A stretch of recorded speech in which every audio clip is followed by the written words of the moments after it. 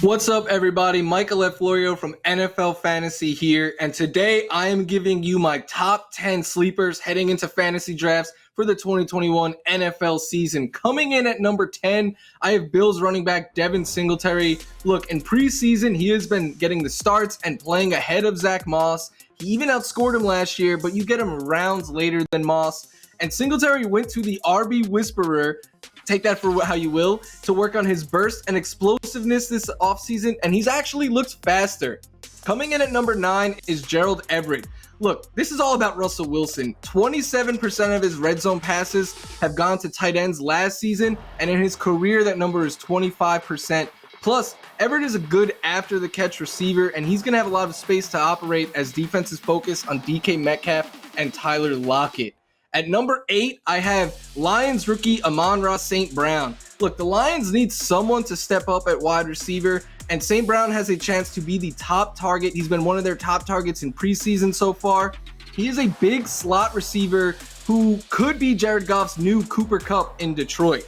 At number 7 is another rookie, Terrace Marshall Jr. Look, he was the best contested catch receiver in college last season. The Panthers had 3 receivers finish as top 30 wide receivers last year, and Carolina desperately needs a red zone threat, and that is exactly what Marshall gives them. I actually think he could lead this team in receiving touchdowns.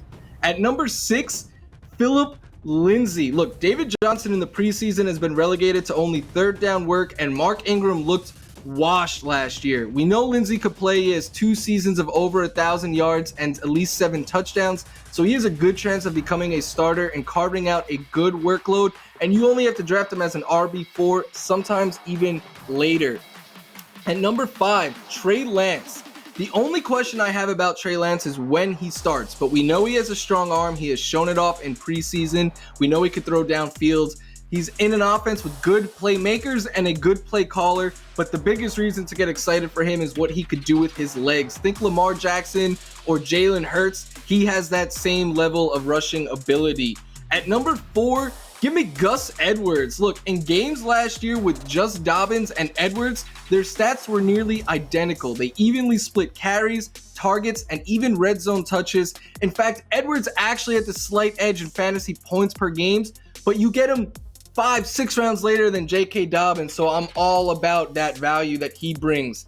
At number 3, another rookie, I have Justin Fields here. Just like Trey Lance, it's a matter of when he starts. I expect him to start early. He has good weapons around him and has played well in the preseason. He can run like a Lance or a Jalen Hurts, but I actually think he's an even better passer than those guys, so I think his floor is a little safer and his ceiling is a little higher.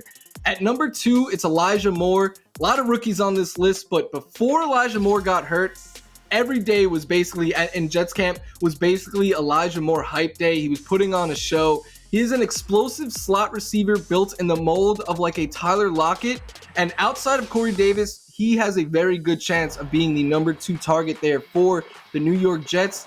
And coming in at number 1 is my guy this year, Mike Williams from the Chargers. Look, Mike Williams has a 1,000-yard season in the NFL. He has a season with double-digit touchdowns. We just need him to put those 2 things together. And finally, he has a strong arm QB in Justin Herbert that could take advantage of his downfield ability. And the Chargers have made this no secret. He is going to play the X in the Saints system, which is the role that Michael Thomas has been playing in previous years. And for those who believe in it, it's also a contract year. So I'm expecting very big things out of Mike Williams this season. And hey, if you haven't signed up for NFL Fantasy, be sure to do it. It's fun, it's easy to play, and it's free. Plus, we've got live in-game highlights and player stories to help you crush the competition. To play, just download the NFL Fantasy app or head over to nfl.com/fantasy. And as always, thank you so much for watching.